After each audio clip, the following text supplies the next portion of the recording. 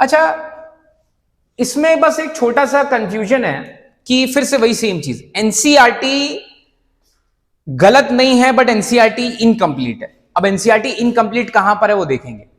यहां पर बोल रहा है कि, और याद रखो कि अगर set P is not set P, अगर मैट्रिक्स P इज 2 0 0 0 2 0 एंड 0 0 3, ठीक है, मुझे नहीं पता मैट्रिक्स Q क्या होने वाला है, बट वो एक 3x3 का मैट्रिक्स है, इसकी तो गारंटी है, ठीक है। अब वो साथ साथ ये भी बोलता है कि Q का inverse is equals to Q का ट्रांसपोज।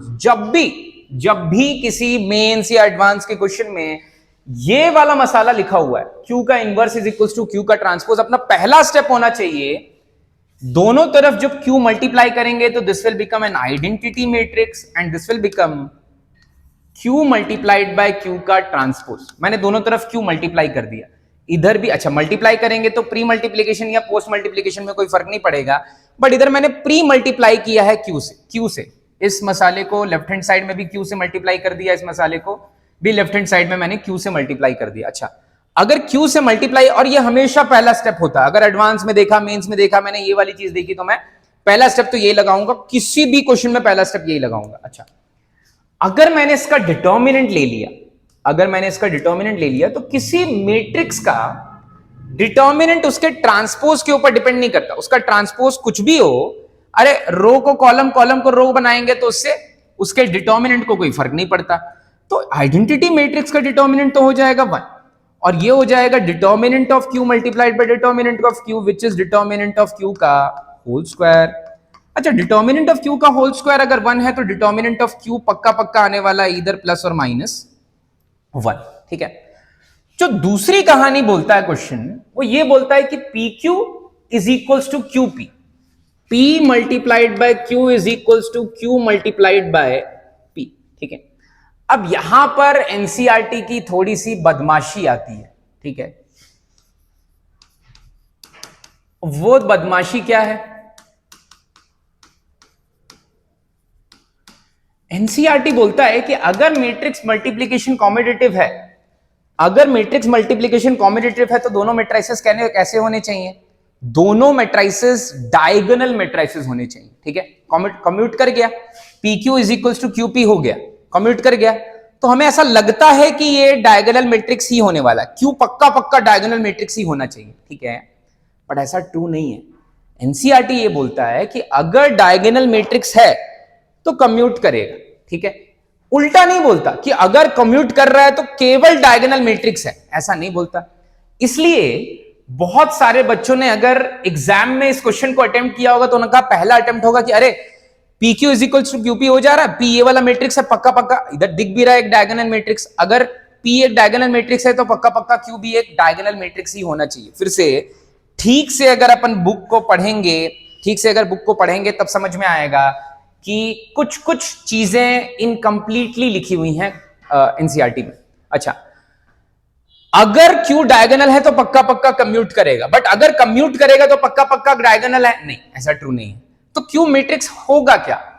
Q मैट्रिक्स को मैं मान लेता हूं ऐसा कुछ है, ABC DEF एंड PQR, और अगर ये कंडीशन लगाई जाए P मल्टीप्लाइड बाय Q में, P multiplied by Q which is 2 0 0 0 2 0 0 0 3 and उस तरफ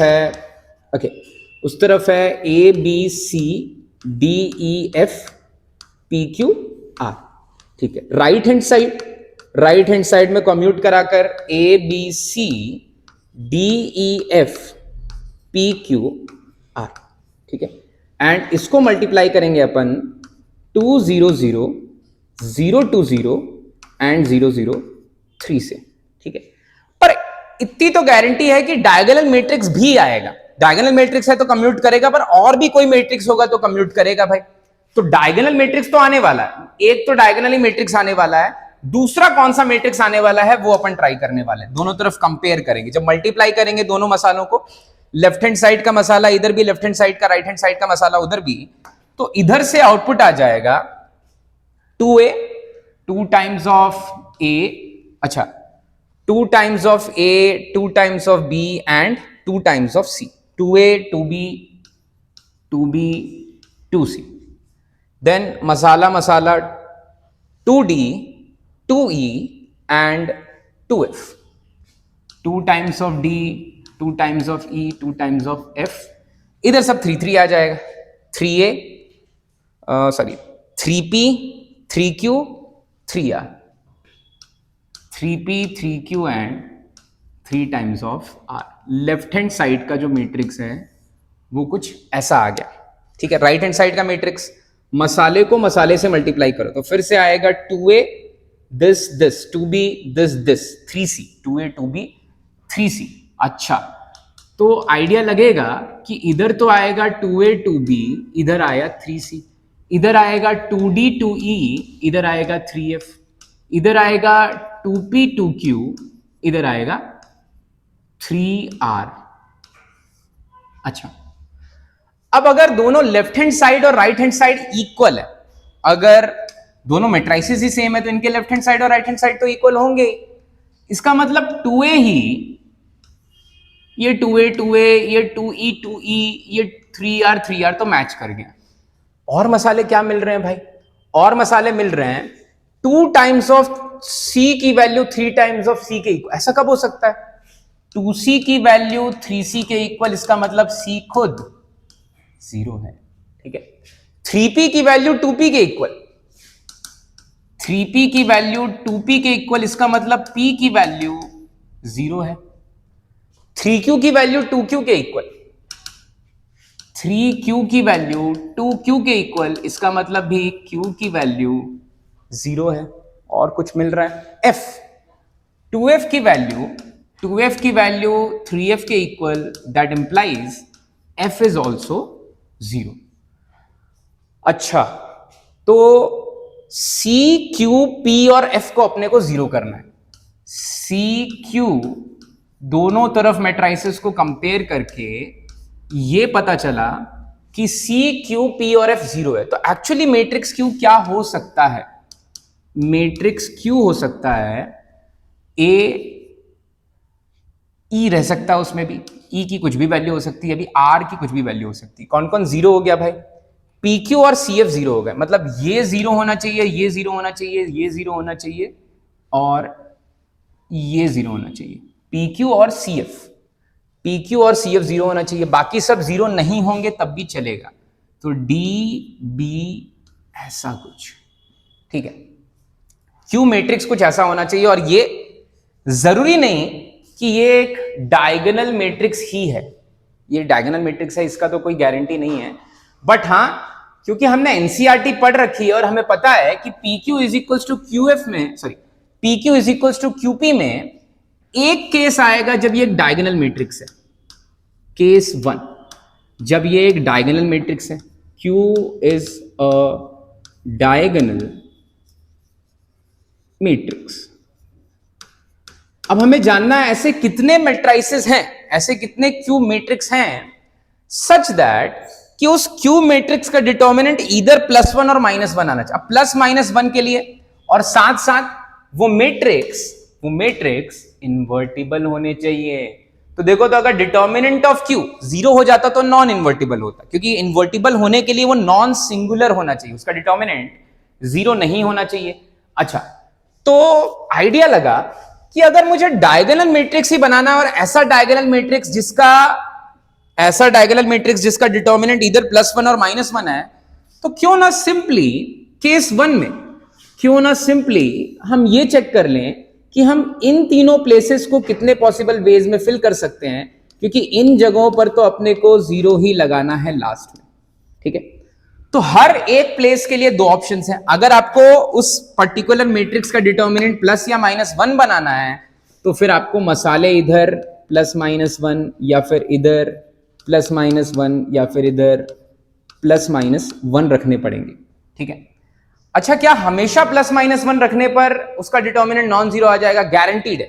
1 मल्टीप्लाइड बाय 1 या -1 मल्टीप्लाइड बाय 1 या -1 का कोई भी प्रोडक्ट फाइनल आउटपुट आपको +-1 ही देने वाला है. ऐसे कितने डायगोनल मैट्रिसेस भाई? Plus minus 1 2 possible ways, plus minus 1 2 possible ways, plus minus 1 2 possible ways, जब तक काम खत्म नहीं हो जाता तब तक अपन मल्टीप्लाई करते रहेंगे। तो टोटल जो डायगोनल मैट्रिक्स आ गए वो तो 8 आ गए, 8 वेज में फिल कर सकते हैं। तो Q अगर एक डायगोनल मैट्रिक्स है तो ऐसे 8 अलग अलग वेज हो जाएंगे। अब दूसरा केस 2, अगर Q एक डायगोनल मैट्रिक्स नहीं है तब कितने मैट्रिसेस बनते हैं? अगर Q एक डायगोनल मैट्रिक्स नहीं है तब कितने मैट्रिसेस बन सकते हैं? तो जरा सोचो, Q डायगोनल मैट्रिक्स कब नहीं बन सकता है? Q डायगोनल मैट्रिक्स कब नहीं बन सकता है? तो मुझे इन दोनों को अभी मैंने जीरो रखा था, बी और डी को अभी मैंने जीरो रखा था। अब मैं सोचता हूं बी और डी को कोई नंबर दे देने का। क्या नंबर दे सकते हैं अपन बी और डी को? प्लस माइनस 1, प्लस माइनस 1, ठीक है। अब अगर मुझे थर्ड रो के अबाउट एक्सपैंड करके इस मैट्रिक्स को नॉन सिंगुलर बनाना है, नॉन सिंगुलर मतलब जिसका डिटर्मिनेंट जीरो नहीं है, और ये एक डायगोनल मैट्रिक्स भी नहीं, डायगोनल मैट्रिक्स तो नहीं बना, बट इधर अगर गलती से मैंने प्लस माइनस 1 लिखा तो शायद समथिंग माइनस समथिंग जीरो भी आ जाए। मैं क्या करता हूं, इधर जीरो लिख देता हूं। अरे ये सारे तो ऑलरेडी जीरो हैं, ये सभी तो ऑलरेडी जीरो हैं, और इस वाले प्लेस पर मतलब आर के प्लेस पर मैं रख देता हूं कोई नंबर प्लस माइनस 1। अच्छा, ऐसा करने से क्या होगा?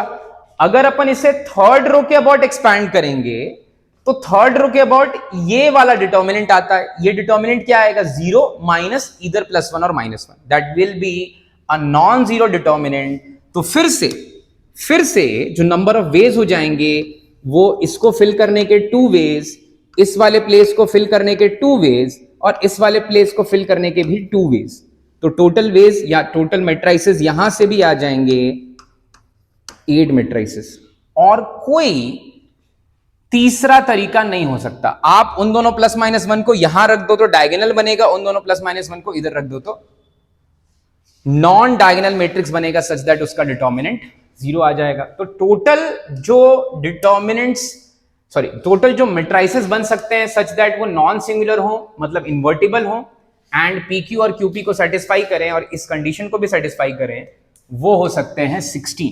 अच्छी चीज क्या है कि इस पर्टिकुलर क्वेश्चन से जेईई एडवांस ने ये सिखा दिया अपने को कि अगर दो मैट्रिसेस का प्रोडक्ट मल्टीप्लाई करके वो कम्यूट कर रहा है, कॉम्यूटेटिव बन जा रहा है, इसके लिए इसका मतलब ये गारंटीड नहीं है कि वो केवल डायगोनल मैट्रिक्स होना चाहिए।